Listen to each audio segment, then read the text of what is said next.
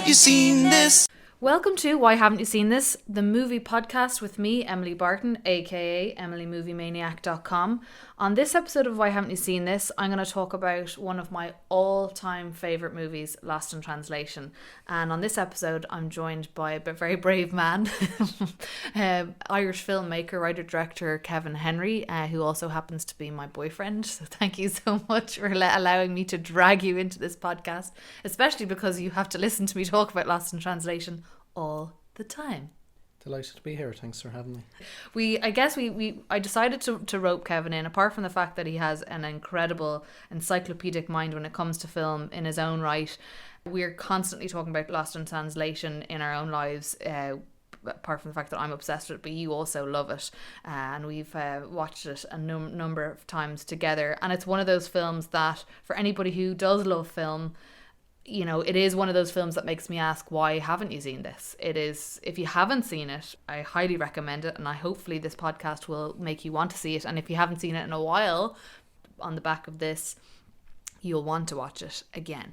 So, Lost in Translation is a film written and directed by Sofia Coppola, who's the daughter of Francis Ford Coppola, who is a very famous director who did Apocalypse Now and The Godfather, and Conversation is also that could be deserving of its own episode of this. It's one of his. It kind of got lost at the time. It was he released between Godfather 1 and 2, and it was a much smaller film, but it's now been retrospectively getting far better reception, and people are really realizing it was a bit of a masterpiece as well.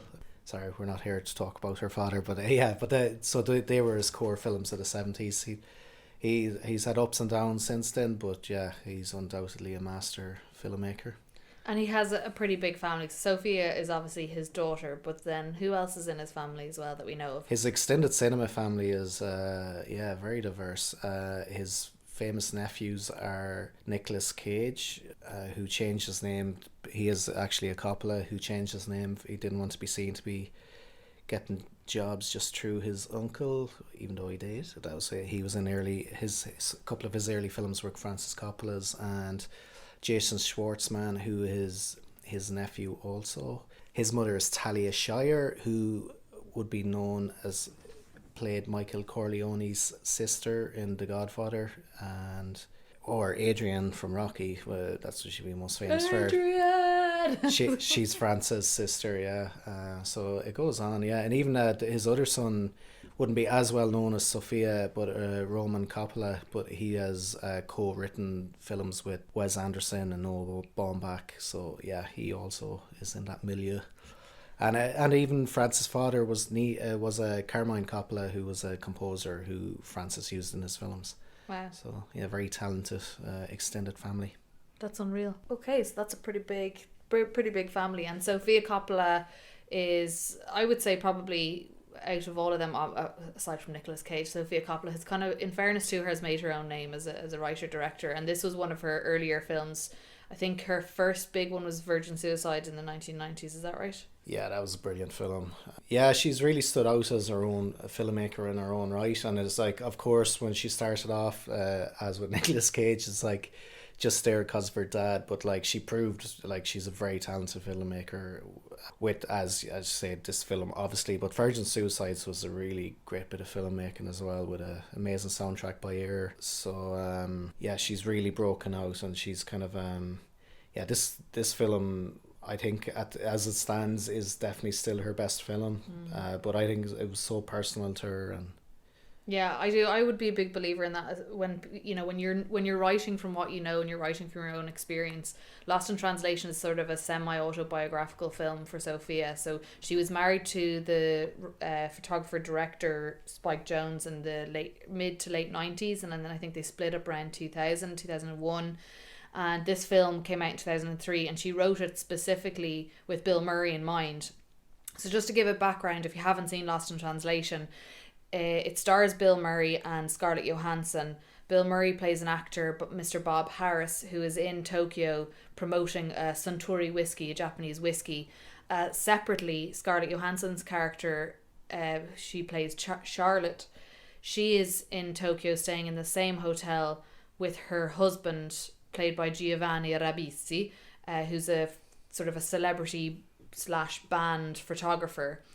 And they're two people at two completely different stages in their life, where he's in his 50s, I think in this film around the 50s, she's playing a girl in her mid-20s. I think Scarlett Johansson herself was actually about 18 or 19 in this role, but Sofia Coppola loved her. And it's really about these kind of two lost souls in different places in their life, but in strange way they're also in the same place in their minds, or in their lives. And it's sort of the coming together of them. But it was a really interesting concept in that Scarlett Johansson, who plays Charlotte, her marriage in this is sort of a reflection of Sofia Coppola's marriage to Spike Jonze. So for her, it was a very personal film. And I thought what was interesting is the background to how this got made, or why this got made. Kevin, you know this story, don't you? Have I told you this story before? Of getting Bill Murray? Yeah.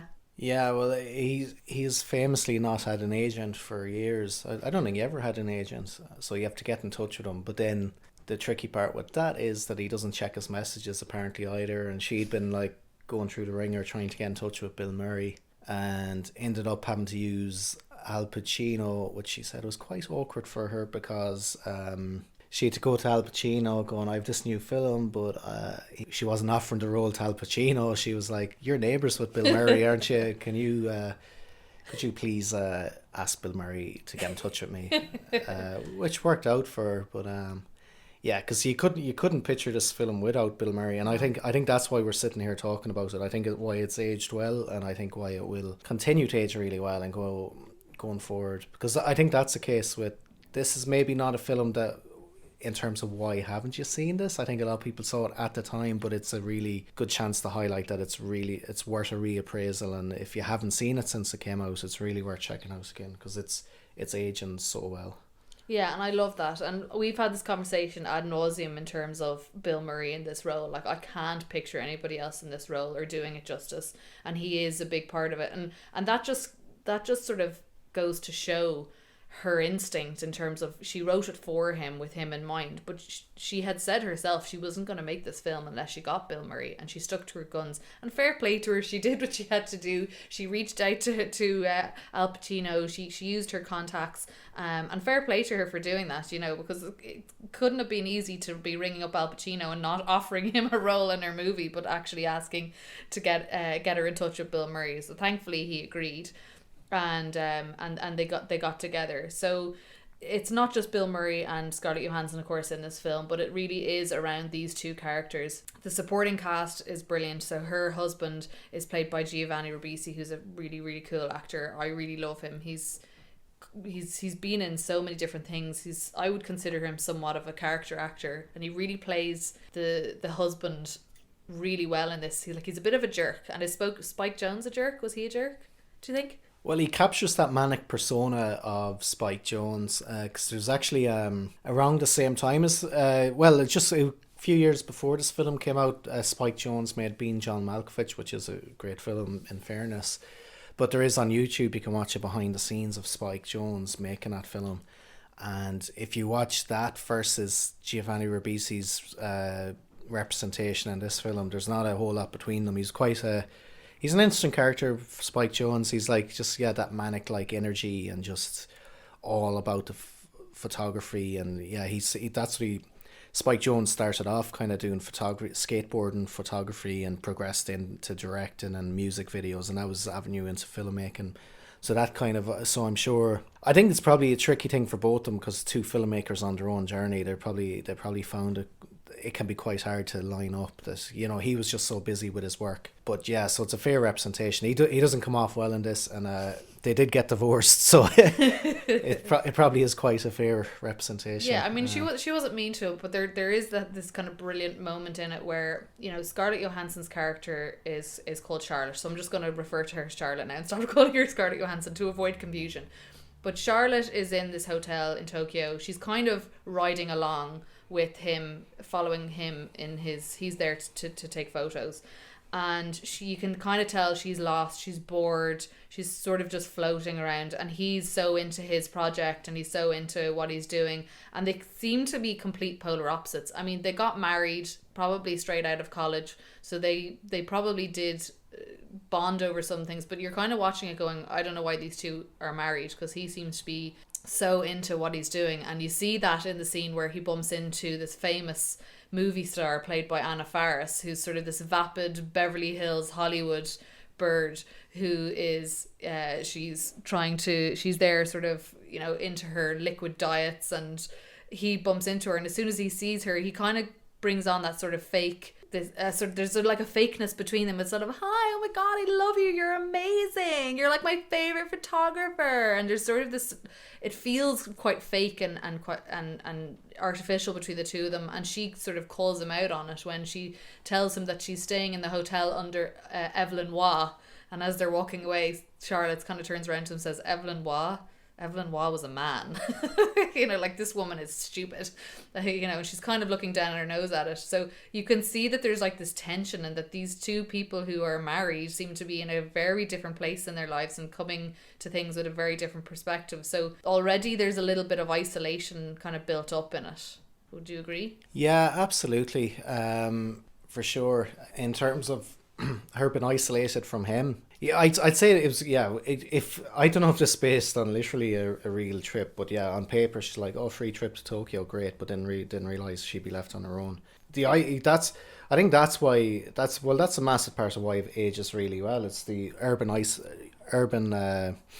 isolation of the two characters of Charlotte and Bill Murray's character, Mr. Bob Harris, yeah.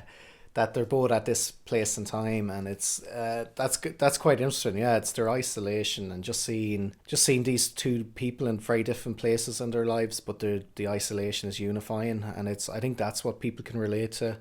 And what's quite interesting in that sense as well is that you know, these two characters both come from privilege in their own way, and it's despite the privilege, despite the money, and in Bill Murray's case, Bob Harris, he's a rich and famous man, but despite that, these settings are very lonely, and yeah, Tokyo is the obvious metaphor, and yeah, it really holds up in that way, and that's kind of something that people do always find interesting to watch. Is just it's also actually, we have common thread in recent years in television is you know, watching how the other halves lives, but like delighting in some ways in seeing that they also have the same problems as us, despite the money and the fame and everything else. You know, programs like The Crown and Downton Abbey and all this.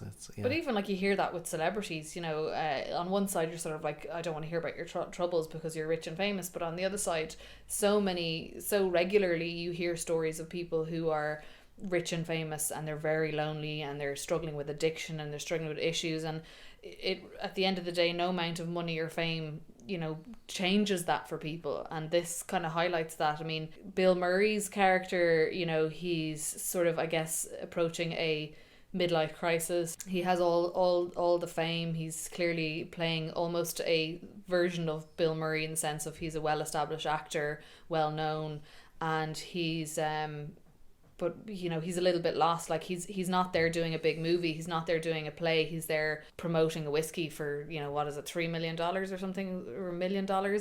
Yeah. So he's sort of, I don't know, has he sold out a little bit? Has he lost the love? Has he lost the fire? Is he a little bit lost? And then he's also in this place, I think, setting it in Tokyo. I think Sofia Coppola had said, you know, she was there promoting Virgin Suicides, and she had spent some time there with Spike Jonze as well when they were married, and it was the perfect setting because it's the kind of place when you get off the plane and you go into Japan, like there's a massive language barrier. You know, English is not broadly spoken. English isn't on all of the signage, and there's just a huge culture difference in all of their customs and the way they greet each other. So it really is like kind of going into the Twilight Zone a little bit for people if they, you know, they're not used to it or they've never been there before. And then adding on top of that they're there even though Charlotte is there with her husband, she might as well be there on her own. There's that really severe isolation that you can feel for her, and similarly for him, he's there on his own, and he's lost, and there's a conflict going on with his wife that they kind of very subtly weave into the story. you, you do feel sorry for them. And so when they find each other, they sort of start notice each other around the hotel, and they start to slowly come together and meet up in the bar. That's really where I think the film gets really fun and exciting. Absolutely, yeah. As the relationship develops, it becomes very interesting. Because in terms of where they go with it, and what it means, and it's kind of, as it develops, it's a curious one, because you're like, is it potentially romantic, or is it just a platonic relationship based on their loneliness? And but they play it so well, and it just seems in some ways so innocent and good natured, that they're literally just meeting up just to have company, and just they happen to like each other's company. And we see that their jailbreak, as Bob Harris says, I'm organising a jailbreak, and and they enjoy each other's company. And it is that thing where I think everyone, I'm sure across their lives, have had these moments where you come across people on your travels that you've great connection with, but just life takes you off in different directions. But for that moment, for that time, it's great. It's lovely to make this human connection, and it's probably emphasized then by their respective loneliness. So it's great. And it's like, like I say, like, there's so many elements combined with this film to really elevate it. Tokyo was the perfect setting, and you have two great characters played by two great actors, and it's just great writing. Sofia Coppola won the Oscar for writing this film, and the little subtle bits of comedy, I mean, that come through it, which for me now, the more I watch it, are funnier and funnier. And as you say, you know, when you love a film. And I think for me it's down to the writing, it's down to Bill Murray's delivery, but even separate to Bill Murray and the way he delivers certain lines and certain elements of it, like what's going on around them is so clever and so smart. So just even that example when he's shooting the commercial and doing the photo shoot for the Suntory whiskey, I mean, it's so subtle in its comedy that it's so clever, and that's what I love, that as opposed to just like a straight up writing a comedy line. What's these scenes in this film, what's funny about it is those moments of being lost in translation, and the sort of the finding, because if you look at like videos and adverts in Japan, like they're so mad, like they're so off the wall that they're hilarious, and there's a little bit of that weaved into this story. So he's sitting there in a chair dressed up sort of like James Bond with the Suntory whiskey, and the director is filming him and taking photographs of him. He's there speaking in Japanese, and for anybody who's come across Japanese people or have traveled to Japan, when they're saying things, because of the way their language is formulated, they could be saying something for like a really long time, and then when you translate it, it's much shorter. So you have Bill Murray sitting in the chair taking direction from this director who's sort of saying a long spiel of Japanese to him, and of course he doesn't speak Japanese, so he has a translator. And when the director finishes talking, the translator turns to him and says, please turn to the camera. And he sort of, is that all he said?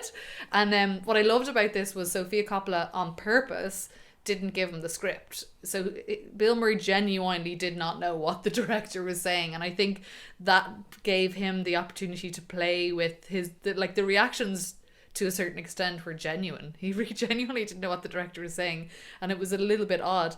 And then you have, following up from that, you've the director kind of saying, kato, kato, kato, you know, and saying a load of other spiel to him, giving him direction in a very passionate tone. And Bill Murray sort of looking at him going, I have no idea what you're trying to say to me. And then after a really long spiel of Japanese, the translator turns around and says, more intensity. He's like, I feel like he's saying more than that to me. It's just... It's genius for me and it's such a hard thing to create a scene like that. Yeah, it's really a magnificent comic scene. Yeah, because it is quite it's quite a dramatic performance by Bill Murray overall. But there's a couple of moments where they really get to play the comedy, and that's one. And yeah, that's a case of his like real deadpan droll. You know, he's actually doing very little, but it's the situation creates the comedy, and it's so bizarre, and that's brilliant. It's like, I'm sure that came from one of her early trips to Tokyo, where she trying to figure out what people are saying and just going, it really feels like they're talking a hell of a lot longer. And there's all those small moments as well, you know, like there's a scene where he's in the gym and he's on a cross trainer and the cross trainer just goes out of control. Yeah. There's just these like small little nuggets where you sort of, you know, they shouldn't work on paper, they shouldn't work, or they, you know, you'd almost expect them to be cut, and yet Bill Murray, you give it to Bill Murray and you tell him to do something so short for like 3 seconds on a treadmill, and it's hilarious. Yeah, there's even a moment where they're out and about, and he's in a place where the exotic dancers, I guess you'd call them, and she's quite a limber lady, and she's like falling backwards on purpose. It's part of her act, and he reaches out to catch her, and he rather embarrassed, he sits back down, and yeah, just that little moment, that feels like they're so lovely, and they feel improvised. You know, probably all of it was scripted, but it's just, yeah, really captures these lovely moments. And there's so much warmth in it, isn't there? Yeah, there really is, and it's like, and then there is a love for the people, despite, you know, initially the coldness of Tokyo, but then the locals they do mingle with, they have great fun, and we see them out in all these mad Japanese settings, the arcades, and there's a lovely karaoke scene, of course, which that's where you really see the bond between him and Charlotte.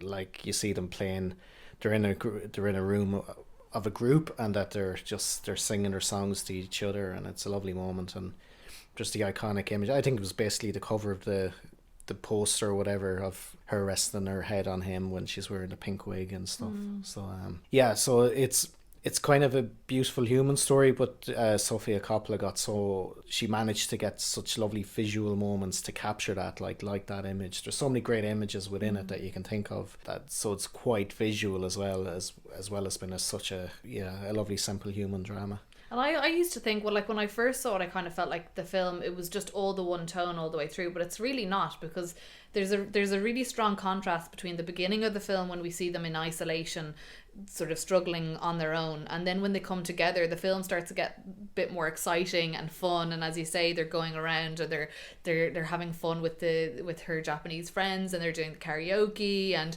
all sorts of crack and craziness ensues, and even like and then there's those kind of funny moments and mad moments, and then there's like those really warm, cute moments where he brings her into the hospital and he's waiting for her outside, and he's sitting in a waiting room, and actually this is brilliant because there's two women sitting behind him, and I don't know if they were told to laugh. I actually think they were genuinely laughing their heads off at him. You can see them giggling amongst themselves, and he starts talking to this person next to him and not speaking the same language. And I wonder, I often wonder, was that planned, or was that all just sort of improvised? It's so warm and it's so sweet, and you can see the real contrast between the start of the film and then the second part of the film, where it does, as you say, it's kind of the cold, clinical, isolating part of Japan and where they're feeling, and then when they come together, and all of a sudden Japan and Tokyo becomes this really warm and fun and crazy place for them to sort of, like a playground for them to have fun and to run around in, and it's so much fun, and it really is such a gorgeous film. All of its subtleties, all of its intricacies what's that word? Intricacies. Yeah. Who knows? But anyway, it's such a gorgeous film, and it's just one of those ones that, yeah, I'm sure a lot of people did see it when it first came out, but if you haven't seen it, I mean, it came out in 2003, so it's 17 years old. If you haven't seen it since it came out, hopefully by us talking about it will make people want to watch it. It's on Netflix. It's easily downloadable, and you can buy like 3-4. You can rent it for 3-4 quid on YouTube. You can buy it in the DVD stores. I own it. You own it. We both own a copy of it.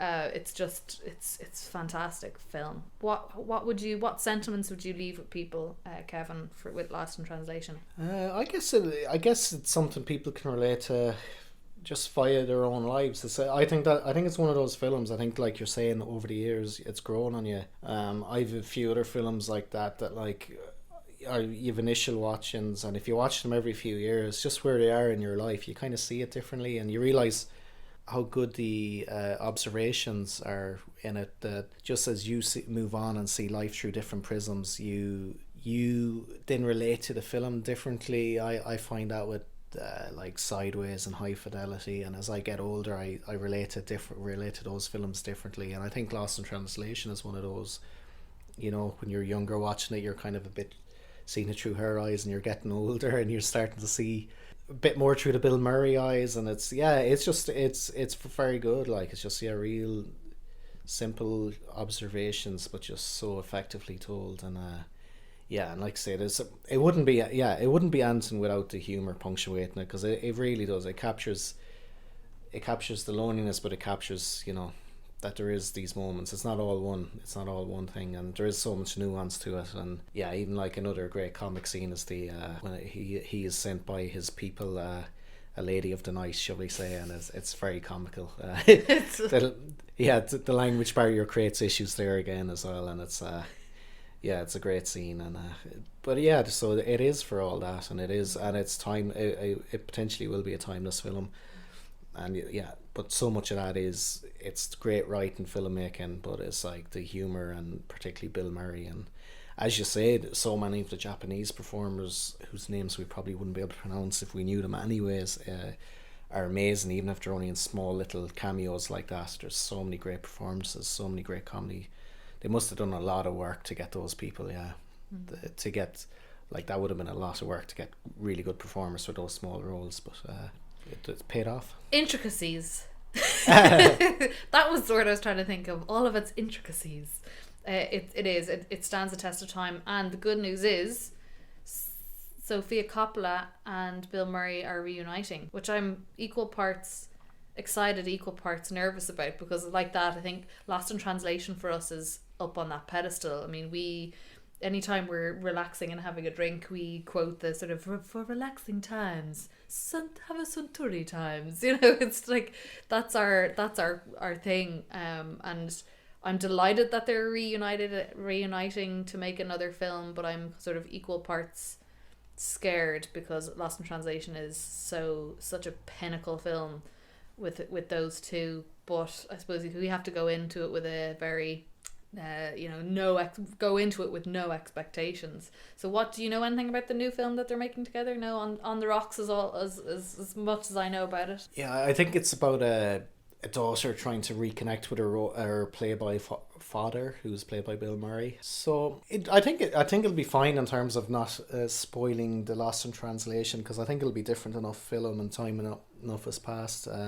We could just hope it's good, but it's got the elements to be good, and you assume they wouldn't have worked together lightly again. It's probably a project she's been thinking about for years, and could be quite personal to her as well. I know her father in his earlier days wasn't around much. Well, he was a busy man in the 70s. That's one way to say it. So I don't know. So it's hopefully it brings it. But it'll be interesting to see. Because she's done a few things. Like her last film was a remake of The Beguiled. I think the last kind of one since Lost in Translation, she did Marie Antoinette with Kirsten Dunst, and I thought that was kind of pretty funky and pretty cool take on it. Yeah. But her film, like The Beguiled, I didn't love it. Yeah. And I know she was quite reluctant to work with Bill Murray. I think I read there in an Empire magazine or a Total Film magazine that she was very reluctant to work with Bill Murray again, from the point of view of like that. She loved her experience of Lost in Translation, and it was a very defined point in her life, and it was a very personal story, and their experience shooting it was very special, and like that it has grown legs and it's become a much bigger thing. So I think she was a little bit nervous about coming together with him again, and there will be certainly for us there will be that sort of slight expectation, but look, they were a dream team on Lost in Translation, so hopefully the new one will be good. But we're gonna wrap up there, because I think we don't want to break it down too much further, especially if you haven't seen Lost in Translation. We want to make sure that there's plenty of nuggets there for you to enjoy and to be a surprise for you. And if you haven't seen Lost in Translation in a while, hopefully we've inspired you to check it out. As I say, it's on Netflix, it's easily downloadable, and if you love it as much as I do, go out and buy it on DVD and own it. Put it on whenever you like. Why, oh why haven't you seen this? Why, oh why haven't you seen this? Why, oh why haven't you seen this? Why, oh why haven't you seen this?